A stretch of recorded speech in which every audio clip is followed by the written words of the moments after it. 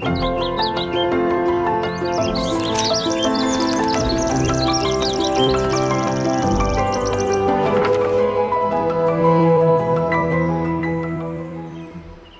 todos, tema geral, Gálatas, o único evangelho, o evangelho de Cristo.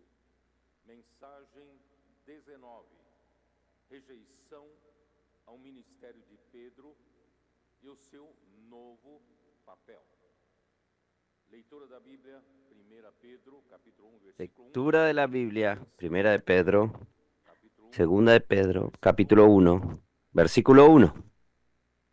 A intenção desta mensagem La intención de este mensaje es mostrar ao longo do tempo, desde a lo largo del tiempo, desde que Dios llamó a Pedro y a los 11 apóstoles al ministerio para dar comienzo a la iglesia a partir del día de Pentecostés y hasta missão do seu ministério el rechazo de su ministerio por parte de los de Jerusalén, de los hermanos de Jerusalén.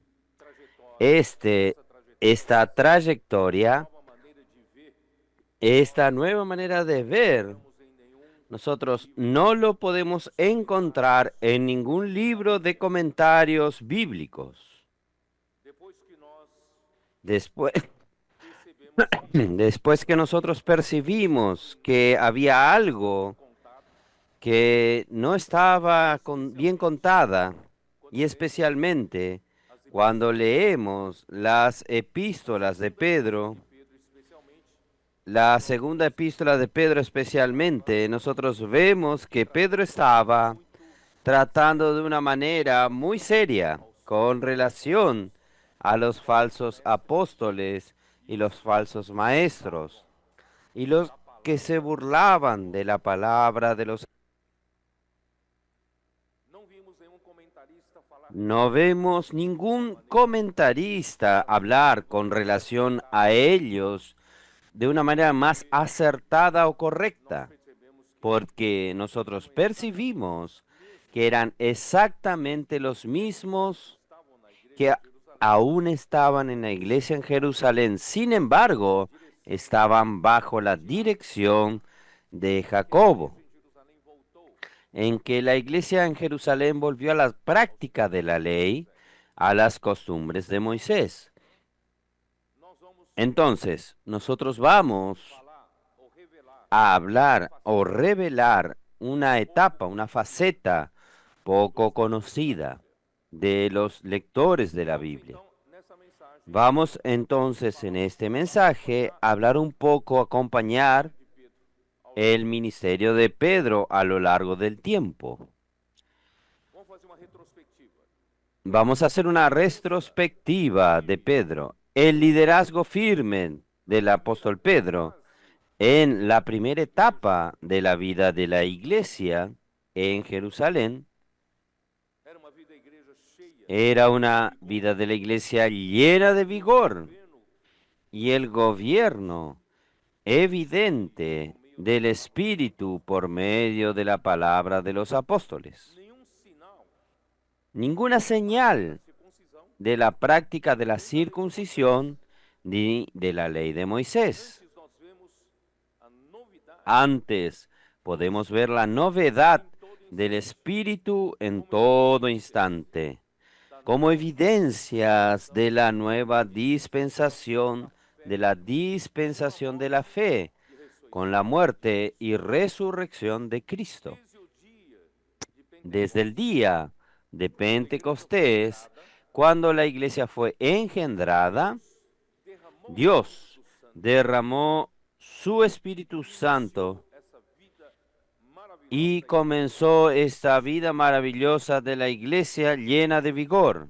no entanto Sin embargo, até esse hasta durou este periodo duró cerca de 6 anos cerca a más o menos 6 años, hasta que comenzó la gran persecución, la iglesia en Jerusalén y surgió a morte de Estevão con la muerte de Esteban.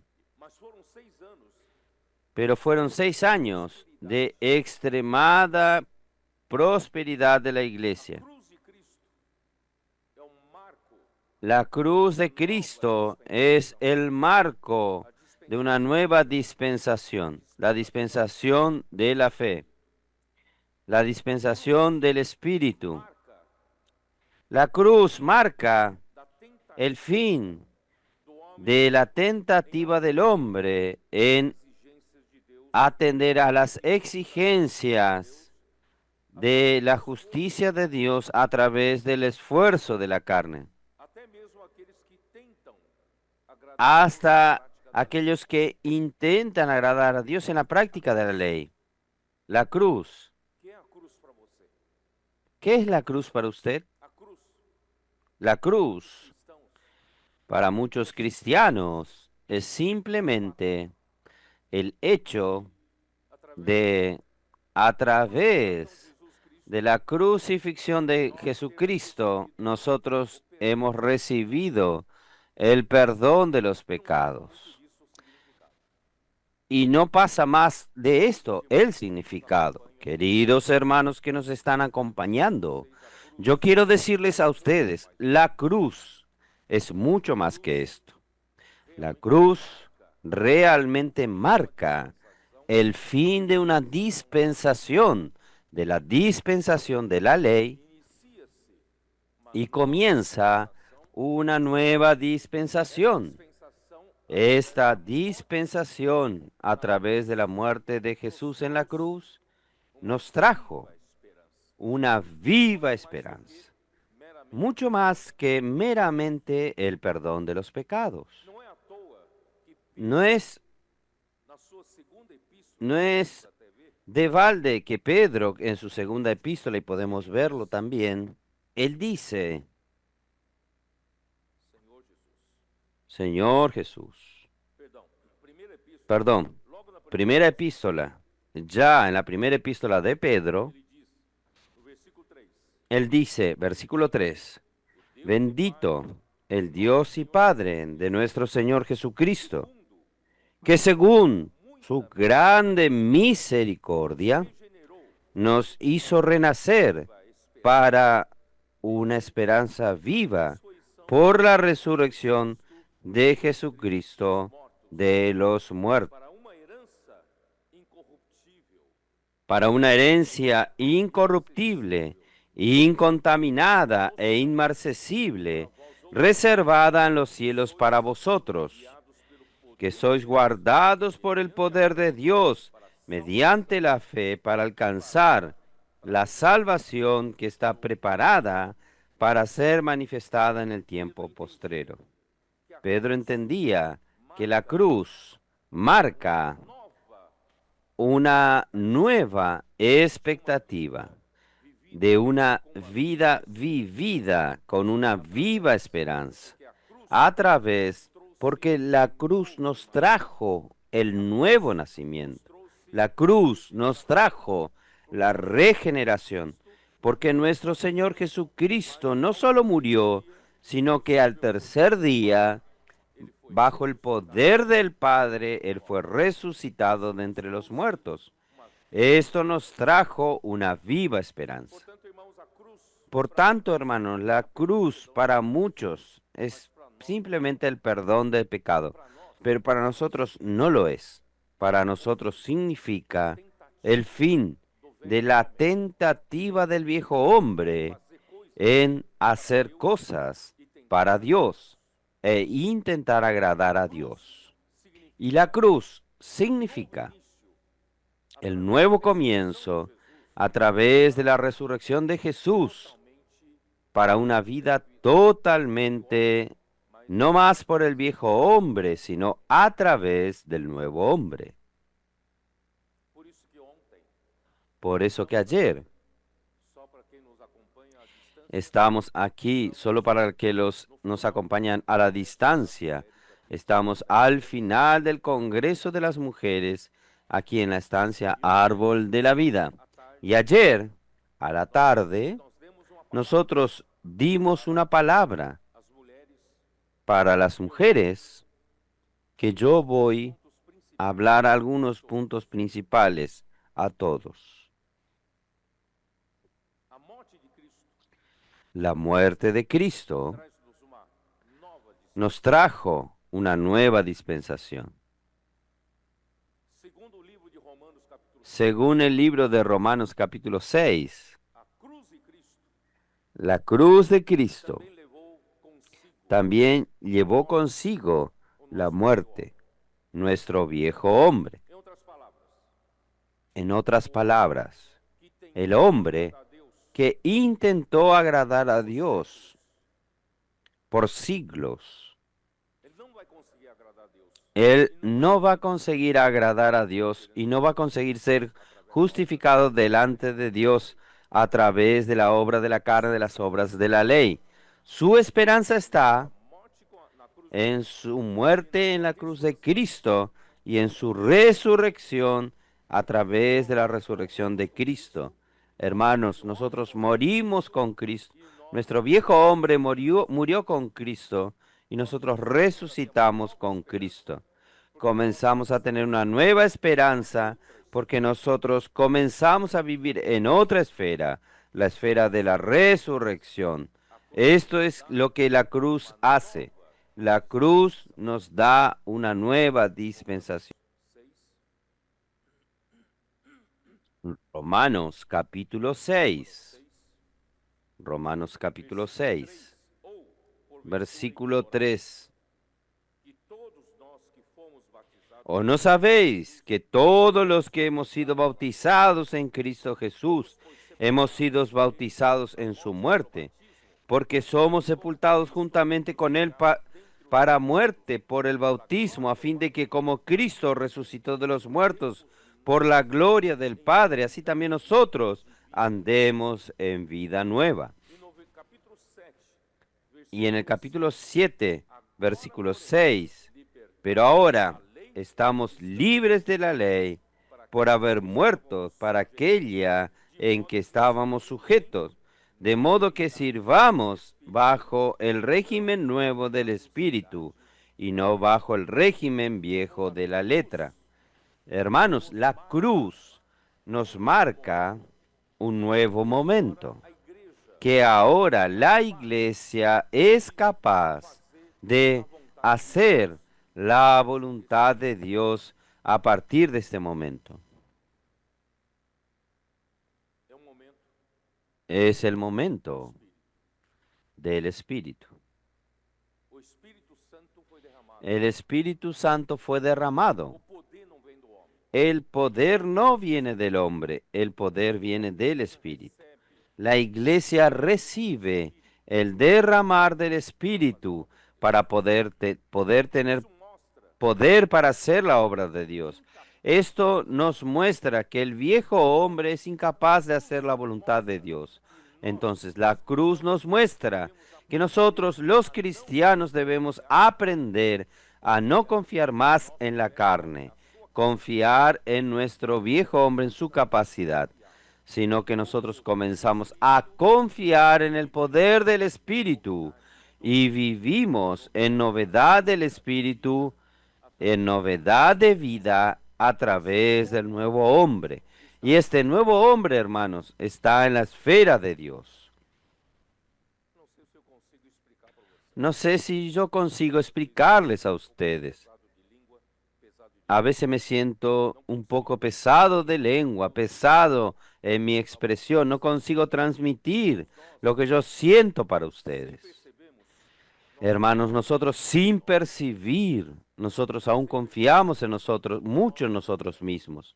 Sin percibir, nosotros creemos que nosotros tenemos cualidades y nosotros tenemos talentos para mostrar que nosotros podemos servir a Dios y Dios nos dio estos talentos. Hermanos, Só um pequeno exemplo para vocês. solo un pequeño ejemplo para ustedes. En cuanto yo hablo aquí, estoy ministrando la palabra. Vocês percebem Ustedes perciben o que protagonista el protagonista no soy yo. El protagonista debe ser el Señor a través de la palabra. En otras palabras, si nosotros, si nosotros entendemos realmente que la cruz trajo el fin de nuestro viejo hombre y dio inicio, comienzo a nuestro nuevo hombre, nosotros no estaríamos aquí luchando para ser protagonistas en la obra del Señor, en la iglesia del Señor. Esto se refiere a cualquiera que sirve al Señor en algún servicio. Quien tiene que aparecer no soy yo. Quien tiene que aparecer es el Señor. El Señor Jesús dijo en Juan capítulo 5, las palabras que yo hablo con ustedes, no las hablo por mi propia cuenta. De la manera que yo escucho del Padre, así yo hablo, yo actúo. Yo no busco mi propia voluntad, sino la voluntad de aquel que me envió. Yo no busco mi propia gloria, sino la gloria del que me envió. Pero quien busque la gloria, quien habla por sí mismo, busca su propia gloria. Hermanos, nosotros no estamos libres de esto. Estamos muchas veces siempre disputando el protagonismo con Dios. ¿No es así? Tenemos que tener cuidado. Yo no tengo que mostrar mi talento. Yo no tengo que mostrar lo que yo sé hacer. Yo tengo que dejar que Cristo aparezca. La palabra de Dios aparezca en cualquier servicio. Servicio de música, el servicio del Congreso de las Mujeres, el servicio de las conferencias y cualquier tipo de servicio donde yo aparezco. No soy yo quien aparece, sino quien debe aparecer, manifestarse, es el Señor. Solo por este punto, este pequeño punto, usted muestra cómo aún no entendemos el fin de una dispensación y el comienzo de otra dispensación, el comienzo de otra nueva dispensación, la dispensación de la fe, la dispensación del Espíritu. Quien debe ser el protagonista es el Espíritu. Nosotros somos solamente canales. ¿Ustedes me entienden? Por eso, hermanos, nosotros conseguimos ser uno. Así no hay competencias entre nosotros, no hay disputas entre nosotros. ¿Quién aparece más o quién aparece menos? Porque quien aparece, quien se manifiesta es el Señor, es el Espíritu. Quien se manifiesta es la obra del Señor siendo realizada. El segundo punto. Dios, a través del ministerio de Pedro al comienzo, trajo aquel vigor del Espíritu en que Dios condujo a Pedro a hablar con osadía sobre la crucifixión de Cristo, de Jesús, y sobre su resurrección. Ayer ya había hablado a ustedes que por un lado, el Señor necesita usar su iglesia con el poder del Espíritu Santo por medio de su palabra. Él necesita ganar a muchas personas. Es por esto, hermanos, que nosotros salimos de las cuatro paredes y vamos a las calles a predicar el Evangelio.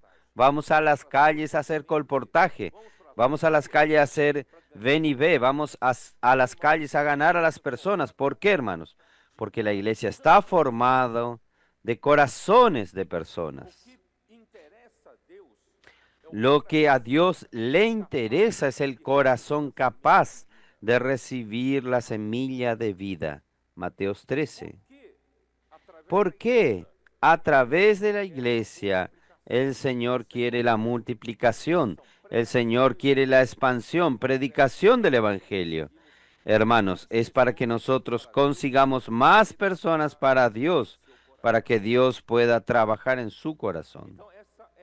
Entonces, esta Es la obra aparente, la obra externa, multiplicación, muchas personas siendo alcanzadas. Nosotros estamos alcanzando todos los continentes.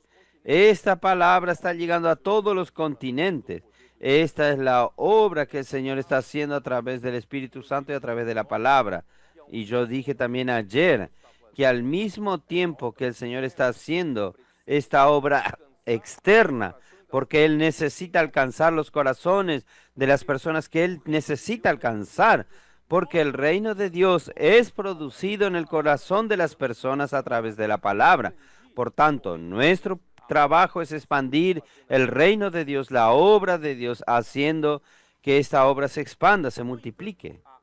Sin embargo, la obra de Dios, una vez alcanzada usted,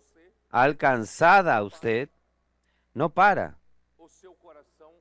Su corazón, ayer hablé, necesita ser lleno de la verdad, lleno por Cristo.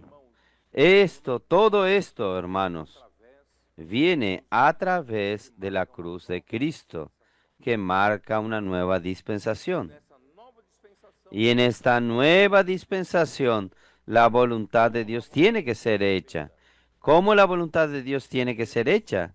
Hermanos, Dios desea colocar a Cristo siendo la cabeza sobre todas las cosas. Cristo necesita encabezar sobre todas las cosas, tanto las de los cielos como las de la tierra. Esta es la voluntad de Dios. En cuanto dure el tiempo, todo lo que Dios quiere hacer es este trabajo, encabezar a Cristo.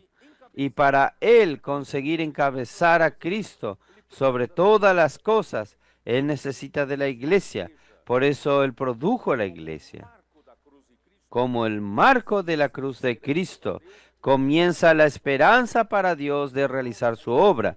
Entonces, hermanos, la iglesia no debe confiar en la carne, confiar en sí mismo, sino confiar en el Espíritu Santo y en la palabra que viene. Y el Señor está haciendo este trabajo en nosotros. Pero al mismo tiempo Dios necesita de una iglesia que esté totalmente llena de Cristo, llena de la verdad. Por eso la iglesia que va a dar la base, la plataforma para que Dios realice su obra aquí en la tierra, es aquella iglesia que es su cuerpo, Efesios capítulo 1, versículo 22 y 23. Y sometió todas las cosas bajo sus pies y lo dio para y lo dio por cabeza sobre todas las cosas a la iglesia. Entonces, la iglesia es el medio usado por Dios para poder Cristo ser la cabeza sobre todas las cosas. ¿Y cómo la iglesia puede ser usada como base, como plataforma, como instrumento para Dios encabezar a Cristo sobre todas las cosas? La iglesia entonces necesita llegar al nivel usable, utilizable por Dios. ¿Este nivel cuál es?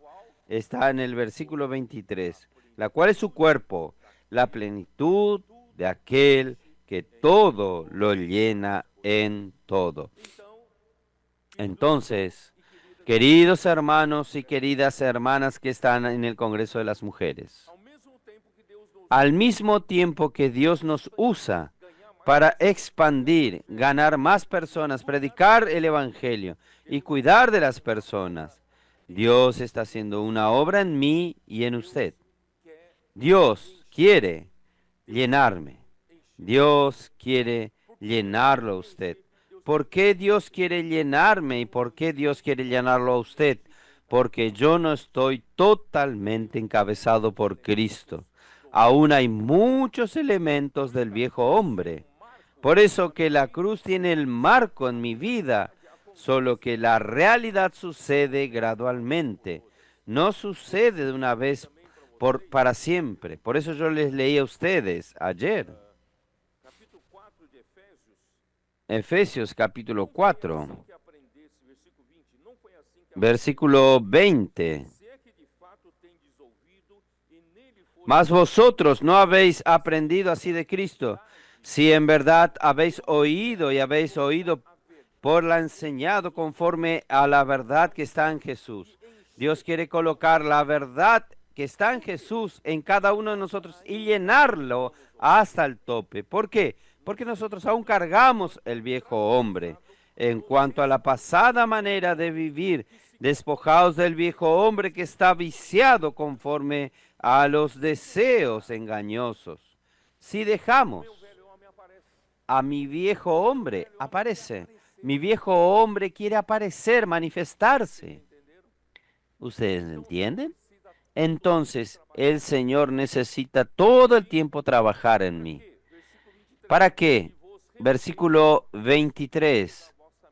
Y renovaos en el espíritu de vuestra mente. Entonces, Él necesita renovar mi mente. ¿Cómo Él renueva mi mente?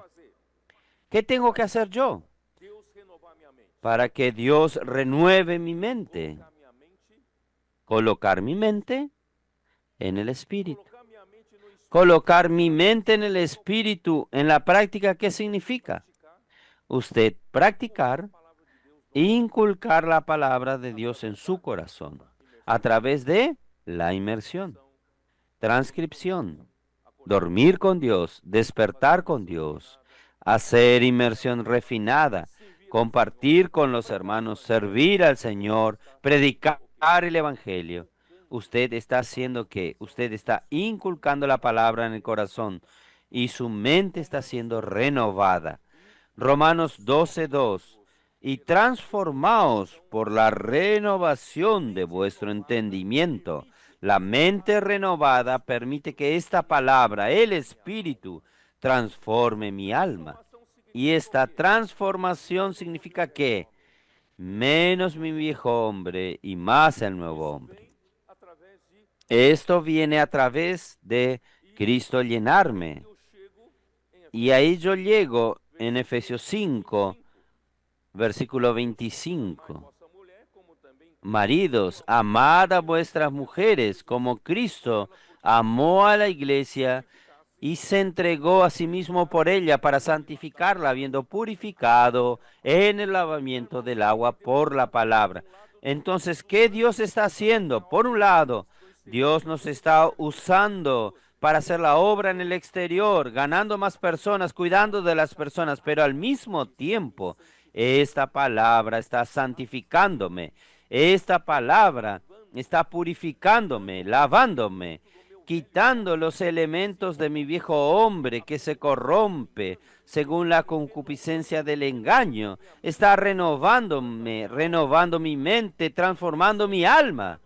Yo estoy teniendo cada vez más elementos del nuevo hombre y cada vez menos de elementos del viejo hombre. Cristo está llenándome, llenando, y cuando Él consiga llenar totalmente la iglesia se va a la plataforma para que Cristo sea la cabeza sobre todas las cosas.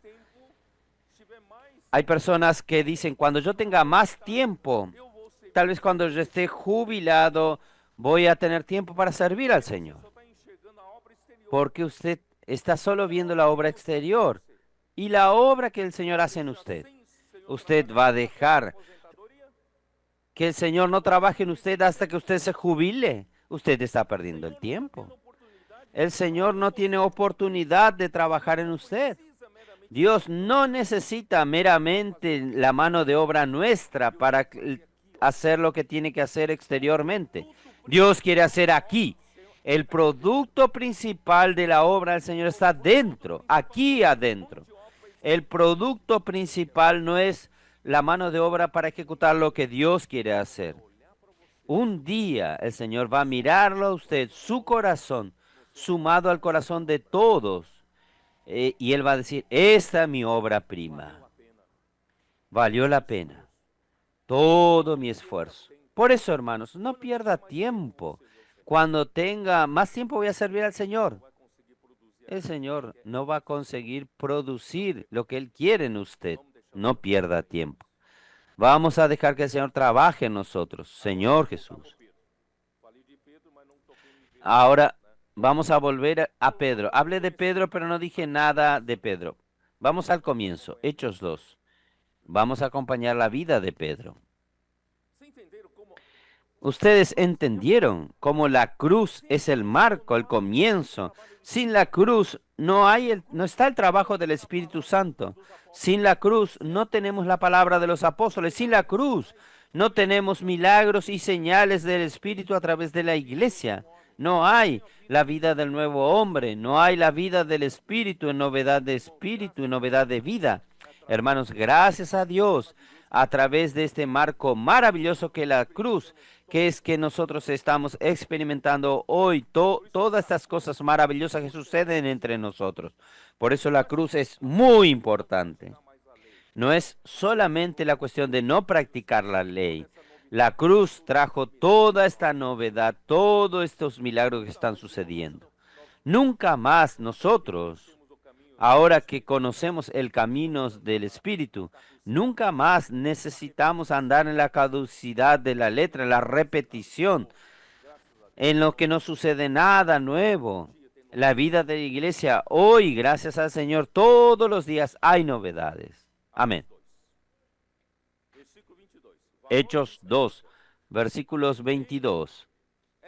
Varones israelitas, oíd estas palabras. Jesús Nazareno, varón aprobado por Dios entre vosotros con las maravillas, prodigios y señales que Dios hizo entre vosotros por medio de él, como vosotros mismos sabéis. ¿Esto qué quiere mostrar? Que Jesús, el Nazareno, era el hombre aprobado por Dios, el hombre enviado por Dios, y el pueblo de Israel despreció. Claramente, él fue enviado por Dios con señales, milagros y prodigios que Dios realizó por medio de él. Estas son las palabras de Pedro. A este entregado por el determinado consejo y anticipado conocimiento de Dios, prendiste y matasteis por la mano de inicuos, crucificándole. Miren la osadía de Pedro. Él estaba hablando a los judíos y principalmente dirigiéndose a los líderes judíos. Ustedes mataron a este Jesús, que Dios claramente envió a Jesús para su pueblo, al cual Dios levantó, suelto los dolores de la muerte, por cuanto era imposible que fuese retenido por ella. Quiere decir, él predicó osadamente con relación a la muerte y también con relación a la resurrección de Cristo, que realmente trae un nuevo comienzo, hermanos. ¿Está bien? Ahí en el capítulo 3, yo voy a ir un poco más rápido. Capítulo 3, versículo 13, Pedro dice, el Dios de Abraham, primero él dice así, todos ustedes se admiran por la sanidad de este cojo de nacimiento, de más de 40 años de edad. De un salto, él fue sanado. Y ustedes creen que fue por nuestra virtud, por nuestro poder, es que este hombre fue curado. No. El Dios de Abraham, de Isaac y de Jacob, el Dios de nuestros padres, ha glorificado a su Hijo Jesús, a quien vosotros entregasteis y negasteis delante de Pilato, cuando éste había resuelto ponerle en libertad. Pilato había decidido soltar a Jesús, pero el pueblo gritó no, y gritó crucifícalo, crucifícalo, y al final ellos soltaron a un ladrón bandido, Barrabás, y matasteis, mas vosotros negasteis al santo y al justo y pediste que os diese un homicida, y matasteis al autor de la vida, quien Dios ha resucitado de los muertos, de lo cual nosotros somos testigos. Y por la fe en su nombre, a este que vosotros veis y conocéis, le ha confirmado su nombre. Y la fe que es por él ha dado a este completa sanidad en presencia de todos vosotros. De aquí en adelante, hermanos, después del marco de de la cruz, la dispensación del Espíritu, la dispensación de la fe, no es más por la capacidad humana. Por eso, hermanos, no quiera servir a Dios por su talento natural, por su capacidad natural. El talento que usted necesita, que Dios necesita de los miembros del cuerpo de Cristo, Él lo da. Él da y es de Él. Él da, pero Él no usa en naturaleza. Él usa solamente cuando haya pasado por la muerte. Él solo puede usarlo en resurrección. Por eso, hermanos, si yo tengo un talento que esté siendo útil para Dios, hermanos, es porque Él quiere usarlo, pero solo Él lo usa después que pasa por la muerte y resurrección. ¿Por qué? Ahí yo ya no busco exaltarme. Si Moisés hubiese quitado al pueblo de Israel a los 40 años de edad, él podría decir que fue por mi brazo, por mi capacidad que yo aprendí en Egipto. Es que yo quité al pueblo de Egipto. Por eso Dios no quiso usarlo cuando tenía 40 años de edad. Pero cuando él tuvo 80 años de edad, Moisés dijo, no, Señor, llama a otro. Yo no tengo ya más capacidad. Señor, me llamó muy tarde. Si fuese a los 40 años de edad, tal vez. Pero ahora soy pesado de lengua, pesado de boca, no sé hablar bien. Estoy aquí todo el día apacentando el rebaño. Yo no sé más hablar. Y el Señor le dijo, no, a usted quiere usarlo. Hermanos, Dios no quiere usar nuestra capacidad natural. Él usa. Él necesita de algo, algún talento suyo. Él lo usa. Él es el que te da talento, pero Él espera que usted pase por la muerte y después lo usa usted. Espero que ustedes me entiendan. Capítulo 4, versículo 3.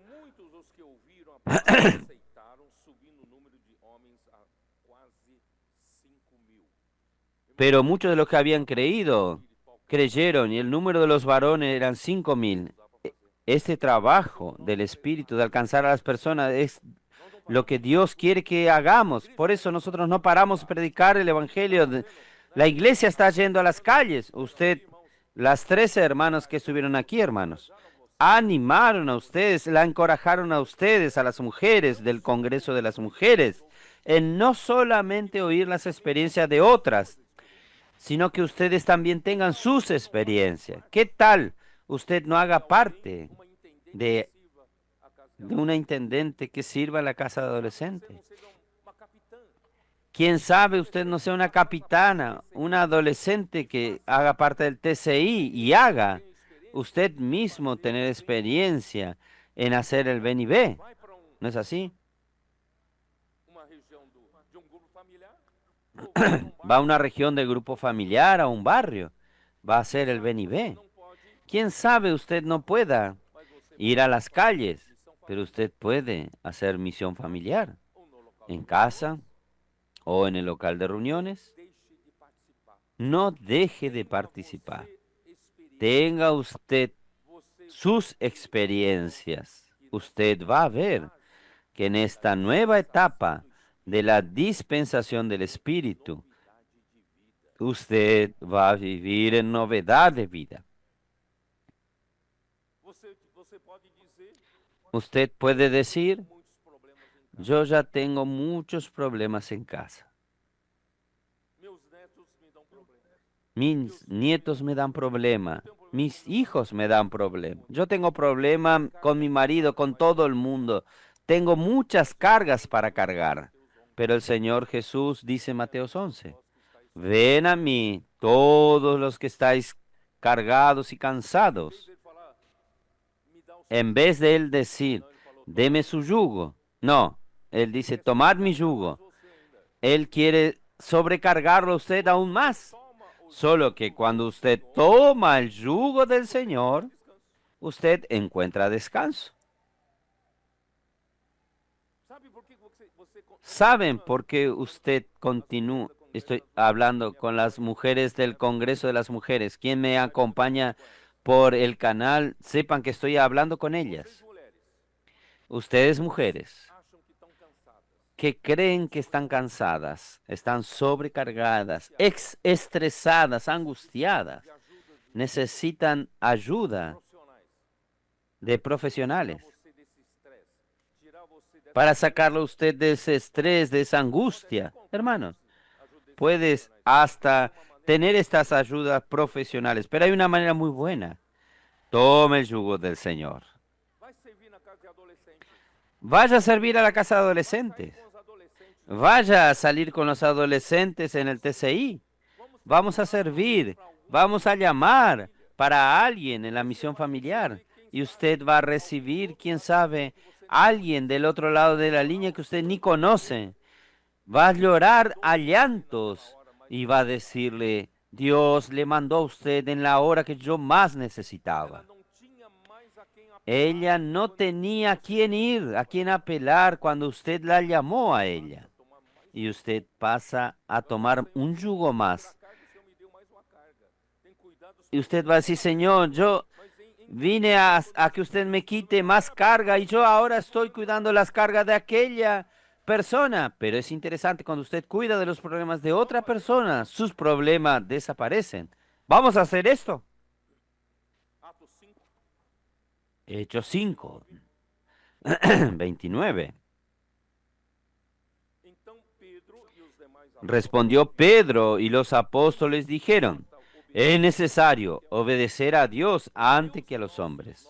El Dios de nuestros padres levantó a Jesús, a quien vosotros matasteis colgándole en un madero. Y este Dios ha exaltado con su diestra por príncipe y salvador, para dar a Israel arrepentimiento y perdón de pecados. Y nosotros somos testigos suyos de estas cosas, y también el Espíritu Santo, el cual ha dado Dios a los que le obedecen. Quien obedece a Dios, quien obedece al Espíritu, quien obedece a la palabra, hermanos, Dios da el Espíritu Santo para usted. Yo estoy leyendo estos versículos, pero no sé si ustedes perciben. Yo estoy leyendo estos versículos para mostrarles a ustedes la osadía de Pedro. Él era osado en hablar sobre la muerte de Cristo, sobre la resurrección. Y cuando él habla sobre la muerte, él no tiene ninguna preocupación en acusar a los judíos que ellos fueron los que lo mataron. Hermanos, era para temer, tener miedo. Un día van a reaccionar, pero Pedro no tenía miedo. Él continuaba hablando osadamente. Por eso, hermanos, la palabra de la cruz es locura para algunos, pero es poder de Dios para otros. 1 Corintios 1, 17, 18. Vamos a ver. Señor Jesús. 1 Corintios 1, 17 y 18. Pues no me envió Cristo a bautizar, sino a predicar el Evangelio, no con sabiduría de palabras, para que no se haga vana la cruz de Cristo. Quiere decir, hasta Pablo, para predicar a los corintios, él no usó su propia sabiduría, su elocuencia para hablar. Hermanos, no use su talento para sustituir el poder del Espíritu. Deje que el poder del Espíritu haga su obra y usted sea un canal. Lo que más me maravilló en este congreso de las mujeres, que las mujeres que estaban aquí hablando, aparentemente leyendo, pero lo que ellas leían eran parte de sí, de lo que ellas disfrutaron de la palabra. Ya es la verdad constituida en ella y la verdad vivida por ellas. Entonces, ellas estaban sirviendo de canal para que Dios hable, para que Dios las use. Hermanos, esto es lo que más me ha impactado. Ninguna de ellas estaba aquí queriendo aparecer. Ninguna de ellas quería mostrar que ella era mejor. No, todas ellas sirviendo de canales para que el Espíritu haga lo que Él quiere hacer. Hermanos, este es nuestro servicio de aquí en adelante. Quien tiene que aparecer no soy yo ni usted. Quien tiene que aparecer es el Espíritu. Quien tiene que aparecer es el Señor. Quien tiene que ser hecho. El trabajo tiene que ser hecho. Es el trabajo que el Señor quiere hacer es en la iglesia. Hermanos, todo esto cambió. Porque antes, hermanos, era cada uno queriendo ser mejor, cada uno queriendo aparecer, ¿no es así? Aún en nuestra etapa anterior de la vida de la iglesia había muchas competencias, muchos disputos, muchos celos, mucha envidia, ¿no era así? Gracias a Dios, hermanos, estas cosas desaparecieron. Yo no digo que desaparecieron por completo, pero por lo menos nosotros no vemos más de una manera general. Gracias a Dios, hermanos, el Señor está quitando esto. Ahora, nosotros cada uno estamos en el mismo ritmo, en la misma frecuencia, en la misma fase. Todos pensamos lo mismo, teniendo el mismo amor.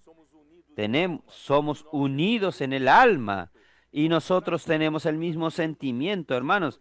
Gracias al Señor está quitando la rivalidad entre nosotros. El Señor está quitando vanidades. Querer aparecer es vanidad. El Señor está quitando las vanidades de nosotros. El Señor está quitando las presunciones de cada uno que se cree superior y mejor que los otros. El Señor está quitando el egoísmo, cada uno tomando también la carga de otros. Esto es que el Señor está haciendo en nosotros. Este es el trabajo del Espíritu para que el para que el Espíritu pueda hacer la obra de Dios. En Colosenses, el trabajo final de este trabajo del Espíritu Santo es que en la iglesia no hay judío ni griego, no hay ni hombre ni mujer, sino que Cristo es todo en todos. No es yo apareciendo, usted apareciendo, quien aparece es Cristo, Cristo es todo en todos. Oh Señor Jesús, por eso, versículo 18, porque la palabra de la cruz es locura a los que se pierden, pero a los que se salvan, esto es a nosotros, es poder de Dios. Y el versículo 23, pero nosotros predicamos a Cristo crucificado, para los judíos ciertamente tropezadero y los gentiles, mas para los que son llamados así judíos como griegos, Cristo, el poder de Dios y la sabiduría de Dios. Porque lo insensato de Dios es más sabio que los hombres, y lo débil de Dios es más fuerte que los hombres. Hermanos, pasó la etapa de los grandes hombres que hacen la obra de Dios. Hoy nosotros somos pequeños batatas, pequeñas papas, casi en el anonimato. Pero quien está haciendo la obra es el Espíritu Santo quien está haciendo la obra. Es locura. ¿Quién hizo esto, hermanos? ¿Quién marcó este nuevo comienzo? Es la muerte de Cristo en la cruz y su resurrección. Y Pedro predicaba fuerte eso. Y Pedro no mencionó ni siquiera una vez la práctica de la ley. ¿Usted consigue encontrarlo? Entonces, en todo el libro de Hechos de los Apóstoles, Pedro volverá a la ley. Pedro nunca mencionó la circuncisión, nunca mencionó la práctica de la ley. La osadía de Pedro fue que él recibió el poder juntamente con los que estaban reunidos en el día Pentecostés, cuando descendió sobre ellos el Espíritu Santo para que sean testigos de Jesús, y todos quedaron llenos del Espíritu Santo. Hermanos, vamos a continuar en este camino. Vamos a llenarnos del Espíritu todos los días. ¿Cómo llenarnos del Espíritu todos los días?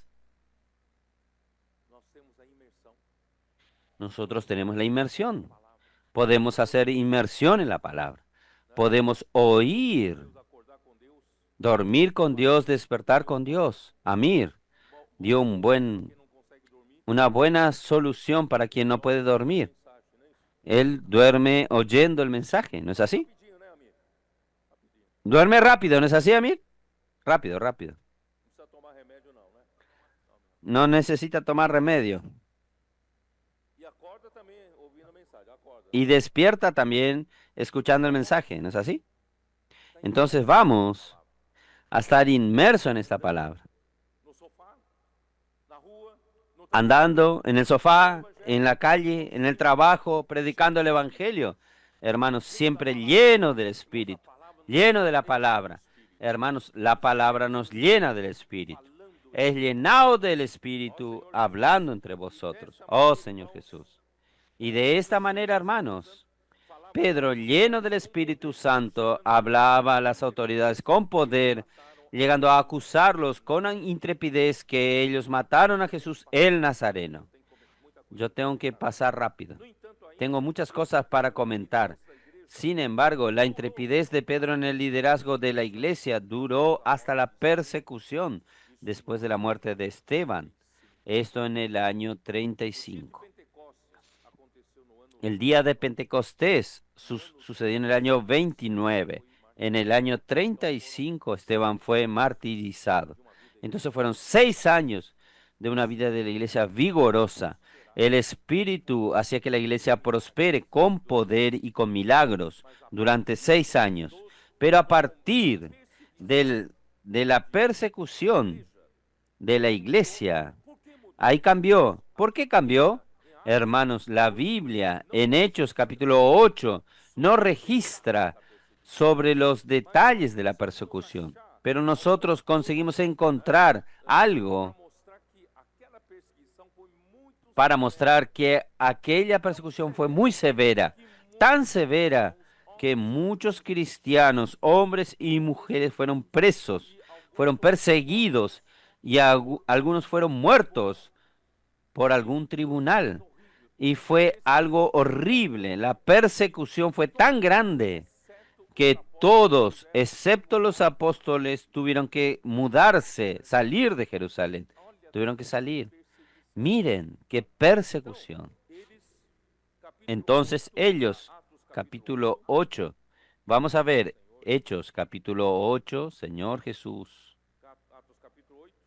Hechos, capítulo 8, versículo 1. En aquel día se levantó una gran persecución, todos fueron dispersos, excepto los apóstoles. Algunos hombres piadosos, ustedes perciben.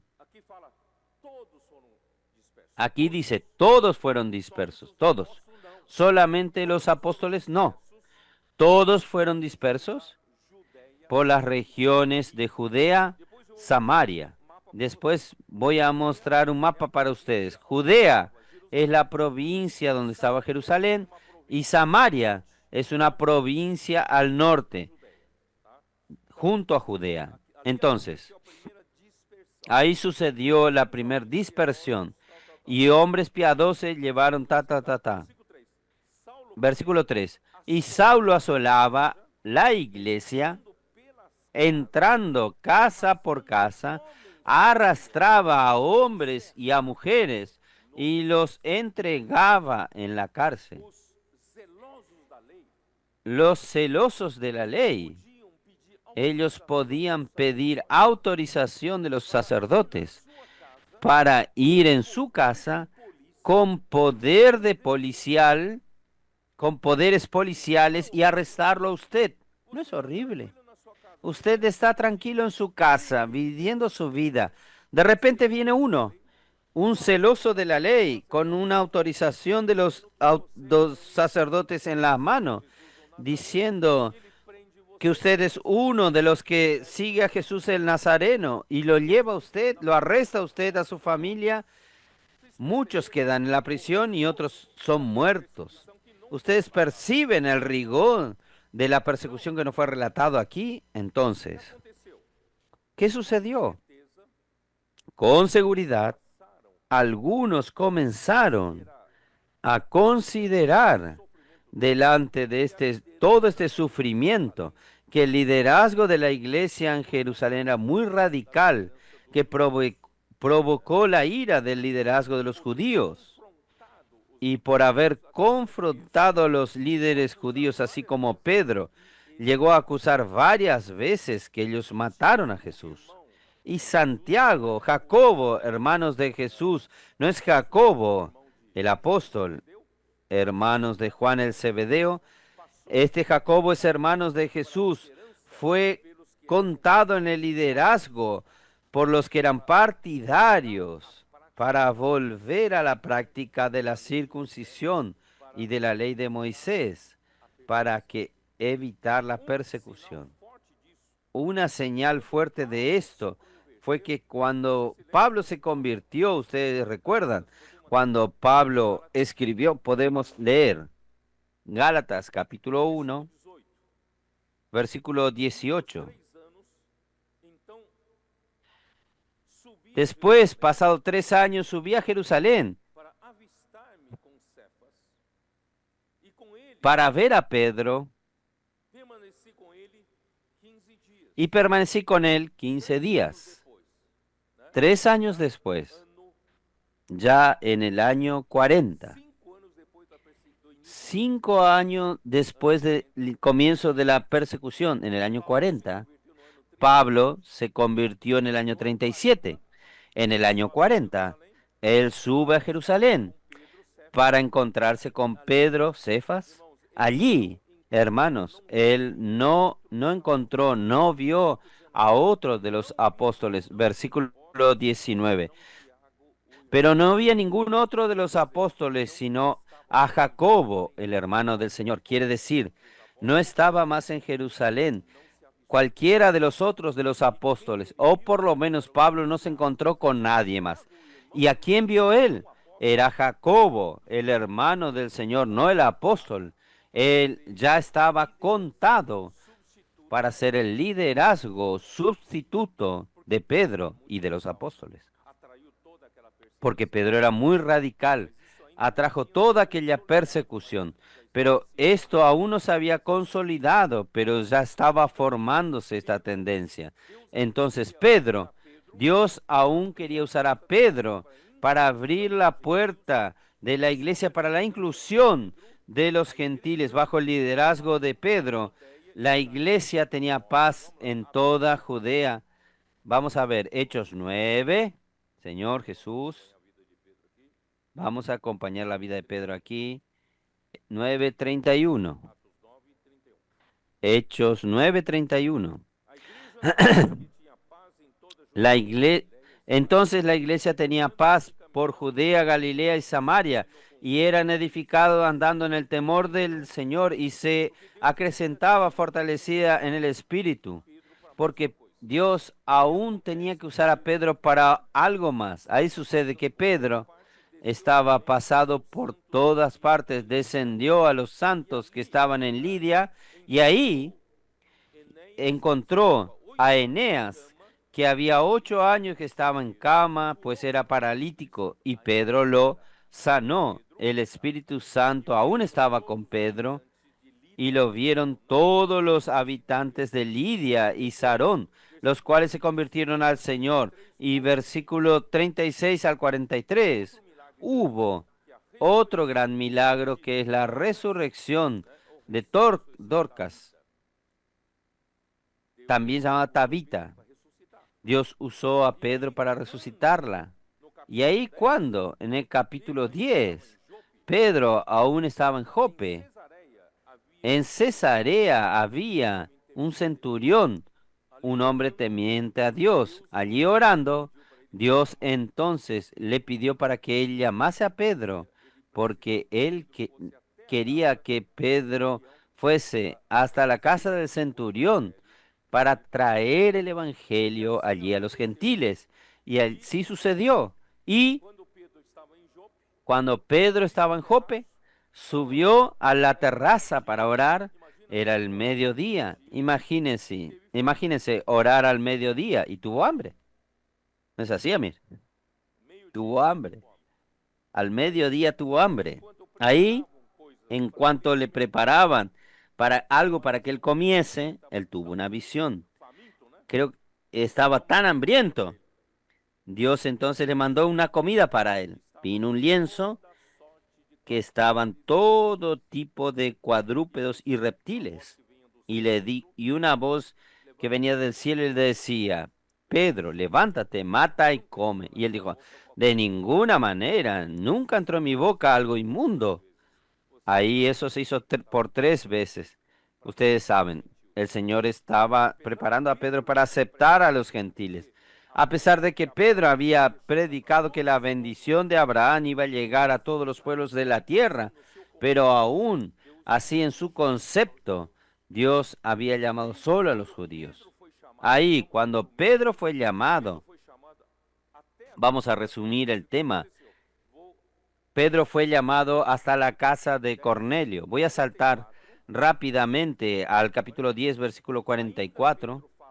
Mientras aún hablaba Pedro estas palabras, el Espíritu Santo cayó sobre todos los que oían el discurso, y los fieles de la circuncisión que habían venido con Pedro se quedaron atónitos de que también sobre los gentiles se derramase el don del Espíritu Santo. Hermanos, es algo que los judíos no esperaban. Dios también bautizó con el Espíritu Santo a los gentiles que creyeron en el Señor para el mismo cuerpo, el cuerpo de Cristo.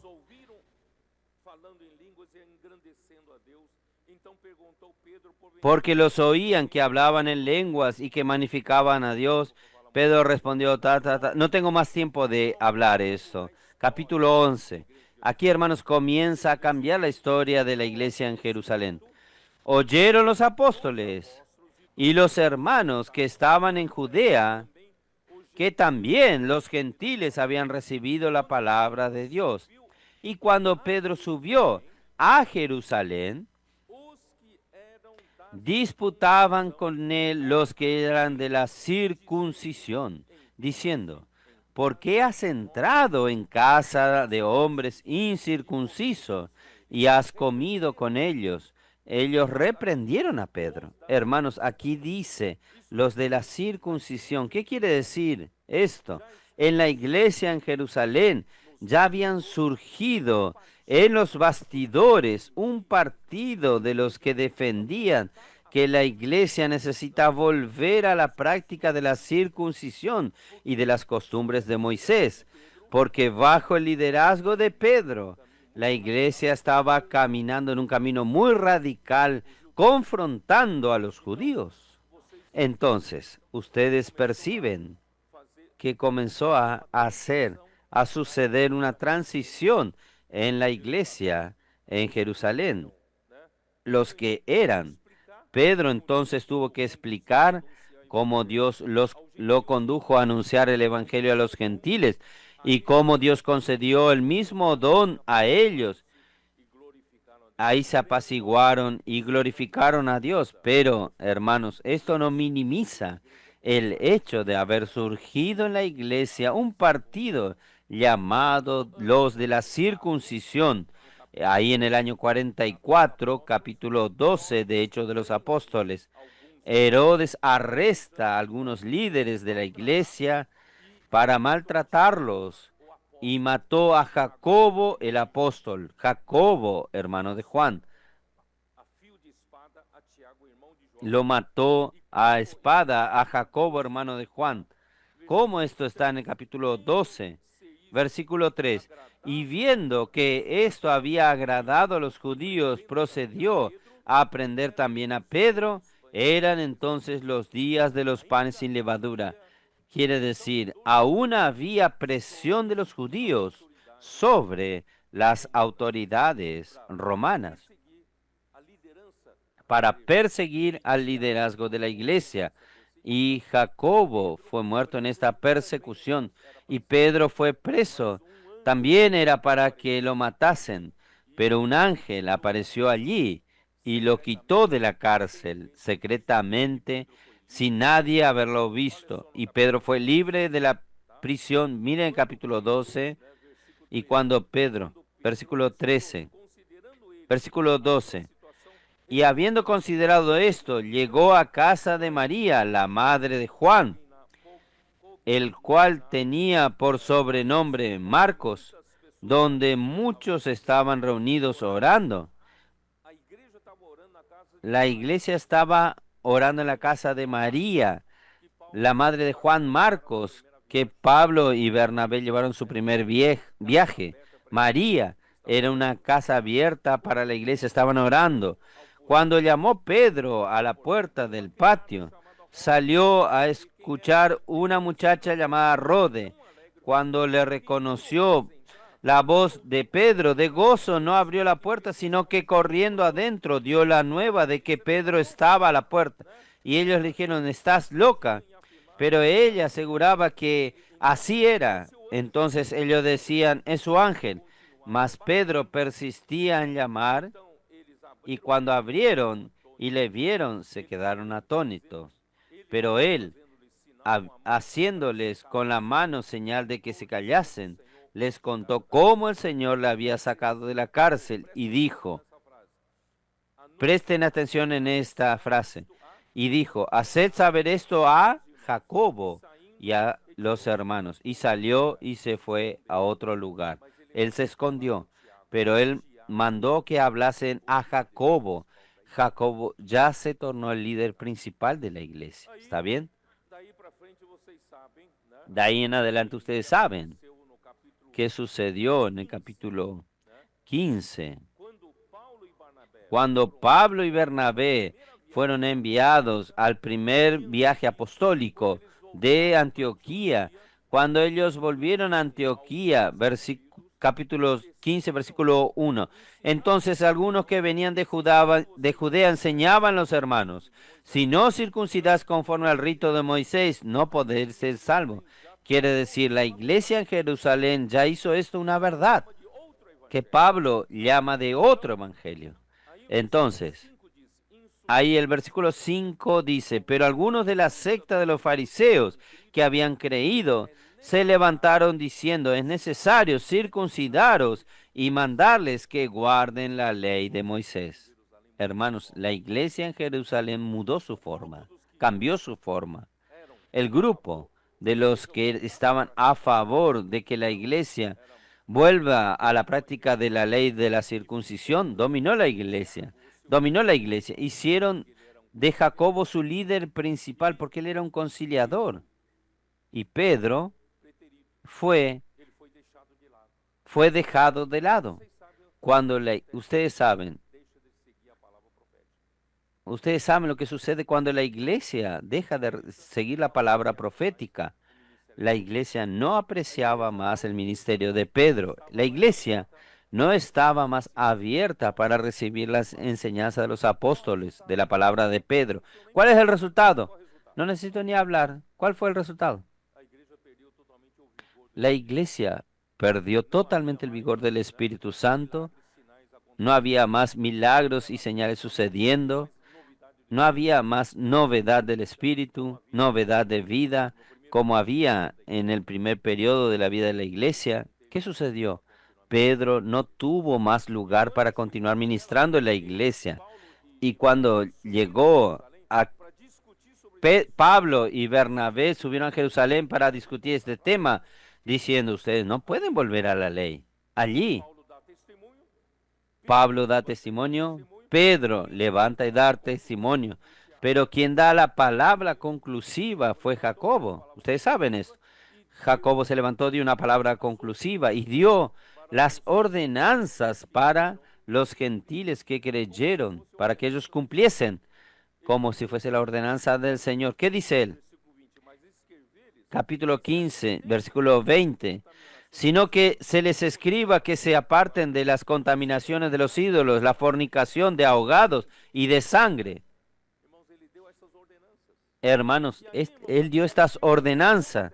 Y ahí la confirmación de este cambio drástico de la dirección de la iglesia en Jerusalén aparece en Hechos capítulo 21, cuando Pablo, en su tercer viaje, sube a Jerusalén, versículo 17. Cuando llegamos a Jerusalén, los hermanos nos recibieron con gozo, y al día siguiente Pablo entró con nosotros a ver a Jacobo, y se hallaban reunidos todos los ancianos. Pablo sube a Jerusalén, no encuentra a ninguno de los apóstoles, ni Pedro, ni Juan, nadie más estaba allí. Él ve a quién, él ve al principal líder en la época, Santiago, Jacobo, y se encuentra él con todos los ancianos de Jerusalén. Y ahí todos estos juntamente con Jacobo, dijeron a Pablo, Pablo, miren aquí, mire aquí, aquí hay decenas de millares de judíos. Vamos a leer, versículo 20. Cuando oyeron, glorificaron a Dios y dijeron, ya ves, hermanos, cuántos millares de judíos hay que han creído, y todos son celosos de la ley. Pero se les ha informado en cuanto a ti que enseñan a todos los judíos que están entre los gentiles a apostatar de Moisés, diciéndoles que no se circunciden a sus hijos, ni observen las costumbres. Quiere decir, todos los judíos que creyeron, decenas de millares, todos eran celosos de la ley, todos eran practicantes de la ley. Hermanos, el Espíritu Santo perdió el liderazgo. No había quien apreciase la palabra de los apóstoles. Y él continúa con su ordenanza. Versículo 25. Pero en cuanto a los gentiles que han creído, nosotros les hemos escrito, determinado, que no guarden nada de esto, solamente que se abstenga de lo sacrificado a los ídolos, de sangre, de ahogado y de fornicación. Aquello que él implantó en Hechos 15, aquí continúa siendo válido para ellos. Esto no vino del Señor. Esto sucede en el año 58. Hechos 15 fue en el año 50. 8 años después de aquella fatídica reunión en Jerusalén, la iglesia perdió totalmente su forma. Oh, Señor Jesús. Y ahora, ¿cómo queda esto? Pedro, ¿para dónde fue Pedro? ¿Qué creen ustedes? ¿Para dónde fue Pedro? Porque después de Hechos 15, el libro de Hechos no registra más el paradero de Pedro. ¿A dónde fue él?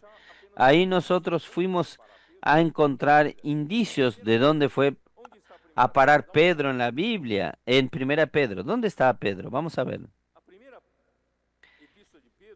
La primera epístola de Pedro. Primera epístola de Pedro fue escrita probablemente en el año 64. En el año 50 fue la última reunión donde aparece Pedro. Hechos 15, el año 50. 14 años después, Pedro escribe esta carta. Él escribe esta carta. ¿De dónde? Aquí él habla de Babilonia, junto al río Éufrates, en Primera Pedro 5:3.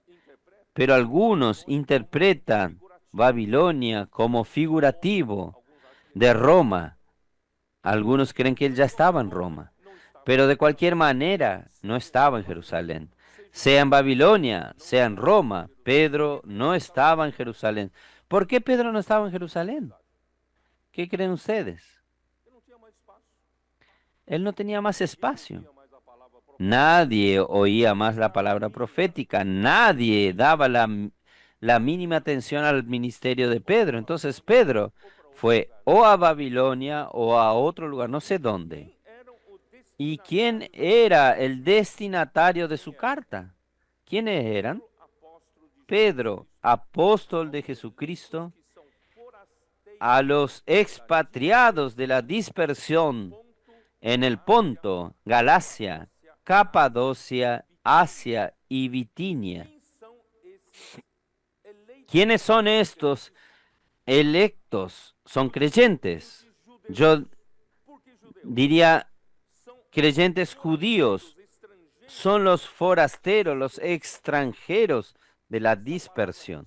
Esta palabra dispersión es una palabra familiar para los judíos. Entonces, ellos eran judíos creyentes dispersos, pero dispersos ¿a partir de cuándo? A partir de Hechos 8, cuando surgió la gran persecución en Jerusalén, ustedes recuerdan. Todos fueron dispersos, excepto los apóstoles. ¿Fueron dispersos a dónde? ¿Están mal en su memoria? ¿Fueron dispersos a dónde? Judea, Samaria. Judea es la provincia donde estaba Jerusalén. y Samaria es hacia el norte, arriba. Pero, ¿cómo ellos fueron a parar en el Ponto, Galacia, Capadocia, Asia y Bitinia, conocida la región como Asia Menor? Extrañamente, hermanos, Pedro no escribió a los judíos creyentes en Jerusalén. Él no dice así, a la iglesia en Jerusalén os escribo. No. ¿Por qué? Porque la iglesia en Jerusalén seguía otro liderazgo. No apreciaba más su ministerio. Estaba bajo el liderazgo de Jacobo. Volvieron a la práctica de la circuncisión y de la ley. Y por otro lado, la iglesia, Pedro también no escribe a alguna iglesia en particular, como si él estuviese abriendo, haya abierto alguna obra en una ciudad nueva y él después se muda y escribe a esa iglesia. No, él escribe a los creyentes que estaban en la dispersión. Entonces, hermanos, todo esto nos lleva a creer que Pedro escribía a los judíos creyentes que estaban bajo su ministerio en la primera etapa de la iglesia en Jerusalén. ¿Ustedes creen así o no? Él escribe a aquellos que perseveraban en la enseñanza de los apóstoles y en la comunión, ellos que vivieron la prosperidad en los primeros 6 años, hasta que vino la persecución. Ellos vivieron en esta época. Y yo voy a dar un tips más. Vamos a ver el día de Pentecostés en Hechos 2. Hechos 2. Ustedes tienen un poco más de paciencia, ¿no? Solo unos minutos más. Solo algunos minutos más. En el día de Pentecostés, vamos a ver. Capítulo 2.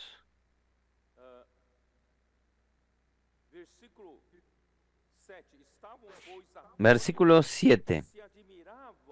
Estaban atónitos y maravillados diciendo, mirad, ¿no son galileos todos estos que hablan? ¿Cómo pues los oímos nosotros hablar cada uno en nuestra lengua en la que hemos nacido? ¿De qué parte ellos eran? Somos partos, medos, elamitas, los que habitan en la Mesopotamia, en Judea, presten atención ahora, en Capadocia, Ponto y Asia, en Frigia y Panfilia. Entonces, estos para quien Pedro escribió, para los peregrinos que estaban en la dispersión, probablemente algunos de ellos eran estos que eran de Capadocia, Ponto y Asia. Estaban en el día de Pentecostés y se convirtieron cuando Pedro predicó la palabra y posiblemente, hermanos, algunos de ellos permanecieron en Jerusalén para vivir la vida de la iglesia en Jerusalén. ¿O estoy errado en esto? Entonces, posiblemente cuando llega el capítulo 8 de Hechos, surge la gran persecución. Algunos fueron a Judea, algunos fueron a Samaria. Estos que eran del Ponto de Capadocia, ¿fueron a dónde? Fueron a la tierra. Fueron para su tierra, Ponto, Capadocia, Asia, Bitinia, ¿o no es así? Y los que fueron dispersos de Judea y Samaria, ¿qué sucedió? ¿Qué sucedió?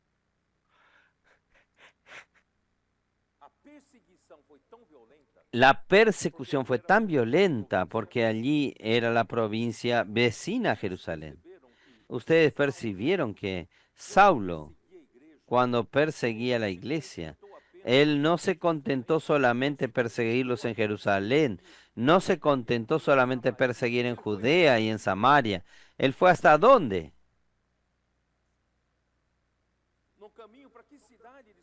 El camino a qué ciudad él se convirtió. Él estaba yendo ¿a dónde? Damasco. ¿Dónde es Damasco? ¿Dónde es Damasco? Siria.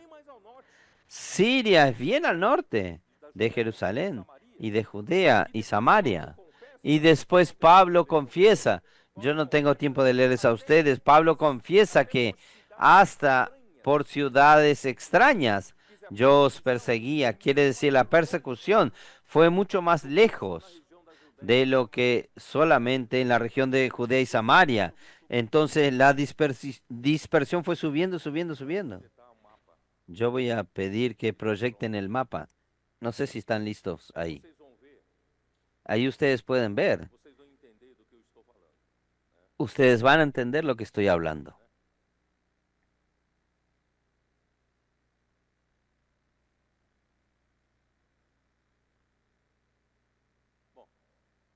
Bueno, aquí abajo ustedes ven Jerusalén. Bien, aquí abajo, Jerusalén, donde sucedió la gran persecución. La gran persecución. Ellos huyeron. Los perseguidos huyeron a Judea, varias ciudades de Judea, y fueron a Samaria. Solo que la persecución fue violenta y ellos fueron perseguidos como Saulo hasta Damasco. Ustedes ven Damasco. Pablo fue hasta Damasco y por ciudades extrañas él los perseguía, subía. Entonces, ¿cuál es la alternativa? Ir más lejos. Entonces la dispersión subió hasta Capadocia. Ahí está qué? Asia Menor. Allí está para dónde ellos fueron y para quién Pedro escribió. Su primer carta era destinada para los judíos que acompañaron la palabra profética en los primeros 6 años de la vida de la iglesia. Y en la dispersión, la persecución, algunos fueron a Judea y Samaria, pero más tarde fueron a aquella región de Asia Menor. ¿Ustedes me entienden? Esta historia, hermanos, nadie contó. Nosotros estamos viendo por primera vez.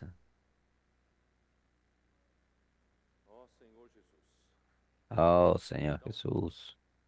Entonces, nadie más quería oír la palabra de Pedro en Jerusalén. Y segunda de Pedro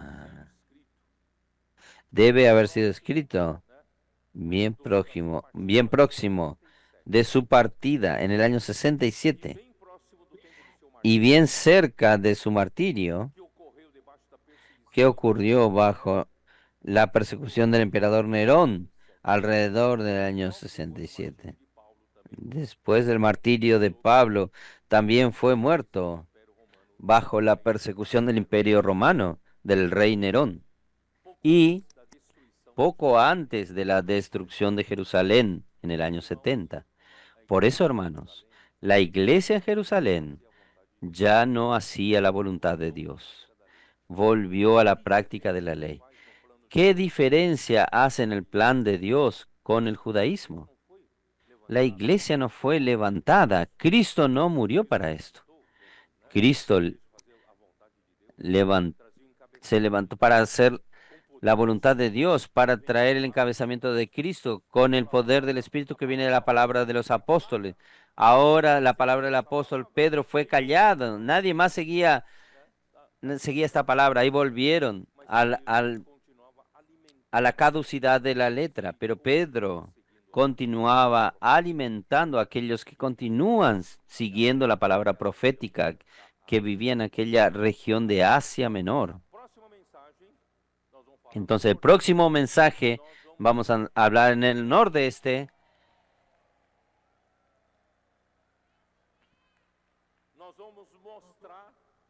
Y nosotros vamos a mostrar cómo en las epístolas de Pedro quedó evidente esto. Y nosotros obtuvimos revelación a partir de las epístolas de Pedro sobre toda esta etapa del libro de Hechos de los Apóstoles que no fue contada por nadie. Entonces nosotros estamos descubriendo, obteniendo revelación sobre esto. ¿Está bien? Entonces, de parte mía, yo ya terminé. Jesús es el Señor.